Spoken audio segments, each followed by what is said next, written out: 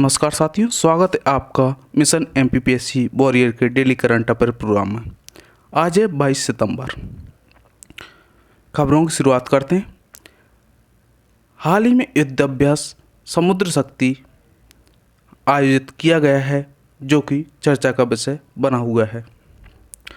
हाल ही में भारत और इंडोनेशिया की नौसेनाओं ने अभ्यास समुद्र शक्ति की शुरुआत की है। यह अभ्यास 20 से 22 सितंबर के बीच इंडोनेशिया के सुंडा जल डमरू मध्य इलाके में आयोजित किया जा रहा है। यह सैन्य अभ्यास का तीसरा संस्करण है। आपको बता दें कि यह प्रत्येक वर्ष भारत और इंडोनेशिया के बीच आयोजित होता है। न्यूयॉर्क में होने वाली सार्क देशों के विदेश मंत्रियों की बैठक रद्द कर दी गई है। इसके पीछे पाकिस्तान चाहता था कि तालिबान को इसमें शामिल किया जाए। जैसा कि आप जानते हैं, अफगानिस्तान भी सार्क का सदस्य देश है। यह बैठक 25 सितंबर को होना था। आइए जानते हैं सार्क के बारे में। दक्षिण एशियाई क्षेत्रीय सहयोग संगठन इसका पूरा नाम है। 8 दिसंबर 1985 को सार्क की स्थापना की गई थी। इसके 8 सदस्य देश हैं, जिसमें अफगानिस्तान, बांग्लादेश, भूटान, भारत, मालदीव, नेपाल, पाकिस्तान, श्रीलंका और 9 इसके पर्यवेक्षक सदस्य देश हैं। मैप में जैसा कि आप देख सकते हैं, अफगानिस्तान, पाकिस्तान, मालदीव, श्रीलंका, बांग्लादेश, भूटान, नेपाल और मध्य में इंडिया है। इंडिया ने अभी हाल ही में सार्क फंड में $20 मिलियन का योगदान दिया था। अफगानिस्तान वर्ष 2005 में आयोजित हुए 13वें वार्षिक सम्मेलन में सार्क का नया सदस्य बना था। आपको बता दें कि सार्क का मुख्यालय काठमांडू में अवस्थित है। सचिवालय भी काठमांडू, नेपाल में अवस्थित है। अगर आपने अभी तक मिशन एमपीपीएससी वॉरियर को विजिट नहीं किया है, सब्सक्राइब नहीं किया है, तो आप ज़रूर करें। अगली खबर की तरफ बढ़ते हैं कि एयरफोर्स के अगले चीफ होंगे BR चौधरी। हाल ही में इनको एयरफोर्स के नेक्स्ट चीफ बनाने की घोषणा की गई है। वे इस समय एयरफोर्स के 22 चीफ मार्शल थे। ARKS भदौरिया का स्थान लेंगे। Ease of doing business report चर्चा का विषय बनी हुई है, क्योंकि इसको रद्द कर दिया गया है। इस साल ये जारी नहीं होगी। विश्व बैंक ने अपनी डूइंग बिजनेस रिपोर्ट को रद्द कर दिया है। Ease of doing business report देशों को प्रभावशाली वार्षिक रैंकिंग का प्रकाशन इसमें होता था, लेकिन इस वर्ष इसको रद्द कर दिया है, क्योंकि कुछ तकनीकी और रिपोर्टिंग में गड़बड़ियाँ थीं। आइए जानते हैं विश्व बैंक के बारे में। इसका सिद्धांत है working for the world free of poverty. इसकी स्थापना जुलाई 1944 में की थी। इसका मुख्यालय वॉशिंगटन DC है। सदस्य देश 189 हैं। प्रमुख लोग इसमें डेविड मालपास इसके अध्यक्ष हैं।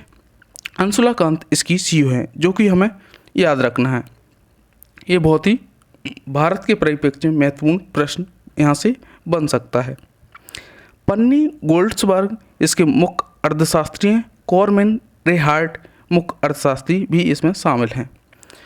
अगली खबर है कि 2050 तक भारत दुनिया का तीसरा सबसे बड़ा आयातक देश होगा। भारत वैश्विक आयात में 5.9% की हिस्सेदारी के साथ चीन और अमेरिका के ठीक पीछे होगा।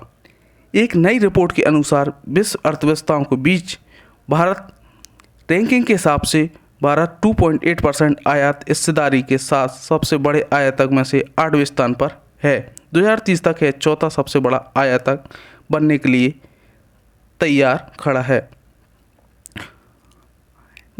डेलॉयट का सर्वे है कि भारत को $5 ट्रिलियन की इकोनॉमी बनाने में FDI की प्रमुख भूमिका अमेरिका, जापान, यूनाइटेड किंगडम और सिंगापुर निवेश करने वाले प्रमुख देश होंगे। इनके सहयोग से भारत $5 ट्रिलियन का लक्ष्य हासिल कर सकता है। आपको बता दें कि भारत अभी 8वें नंबर पर है। टॉप पर यूएस 2019 में, जबकि 2030 में चीन टॉप पर होगा और भारत चौथे स्थान पर होगा। 2050 में भारत तीसरे स्थान पर होगा और चीन प्रथम स्थान पर बरकरार रहेगा। कनाडा चुनाव 2021 का रिजल्ट हाल ही में जारी किया गया है। इसमें ट्रूडो तीसरी बार कनाडा के प्रधानमंत्री बन सकते हैं। ये हैं जस्टिन ट्रूडो। आपको बता दें कि जस्टिन ट्रूडो तीसरी बार कनाडा के प्रधानमंत्री बनने जा रहे हैं। इनकी पार्टी का नाम है लिबरल पार्टी। ये 2015-17 बने हुए हैं। 6 साल के अंदर तीसरी बार वे चुनाव में जीते। हालांकि इनको अभी स्पष्ट बहुमत इनकी पार्टी को पूर्ण रूप से नहीं मिला है, लेकिन इनके प्रधानमंत्री बनने की प्रबल संभावना है। अंतर्राष्ट्रीय शांति दिवस, आपने सुना होगा कि 21 सितंबर को अंतर्राष्ट्रीय शांति दिवस प्रत्येक वर्ष मनाया जाता है। इस दिवस को मनाने का मुख्य उद्देश्य अंतर्राष्ट्रीय स्तर पर सभी देशों के बीच शांति कायम करना है। इसलिए प्रत्येक वर्ष 21 सितंबर को इसको मनाया जाता है। इसकी थीम की बात करते हैं। इस वर्ष इसकी theme recovering better for an equal and sustainable world रखी गई थी। यह दिन एक शांतिपूर्ण और टिकाऊ दुनिया के निर्माण के लिए वैश्विक एकजुटता को बढ़ावा देने वाले प्रयासों के लिए समर्पित है। इस दिवस की स्थापना संयुक्त राष्ट्र महासभा द्वारा साल 1981 में की गई थी। तब से निरंतर रूप से इसको मनाते आ रहे हैं। अगली खबर की तरफ रुख करते हैं। जीरो टॉलरेंस पॉलिसी, ये चर्चा का विषय बनी हुई है। अमेजन के खिलाफ घूस देने के आरोप में इसकी सरकार जांच करेगी। इंडिपेंडेंट वकील की लीगल फीस में अधिकारियों को रिश्वत दिए जाने का आरोप अमेजन पर लगा है। अमेजन ने भारत में 2 साल में करीब 8,500 करोड़ लीगल फीस चुकाई है। कंपनी ने अपने सीनियर कॉरपोरेट वकील को छुट्टी पर भेज दिया है और इंडिपेंडेंट वकील की फीस से अधिकारियों को रिश्वत देने का इस पर आरोप लगा है।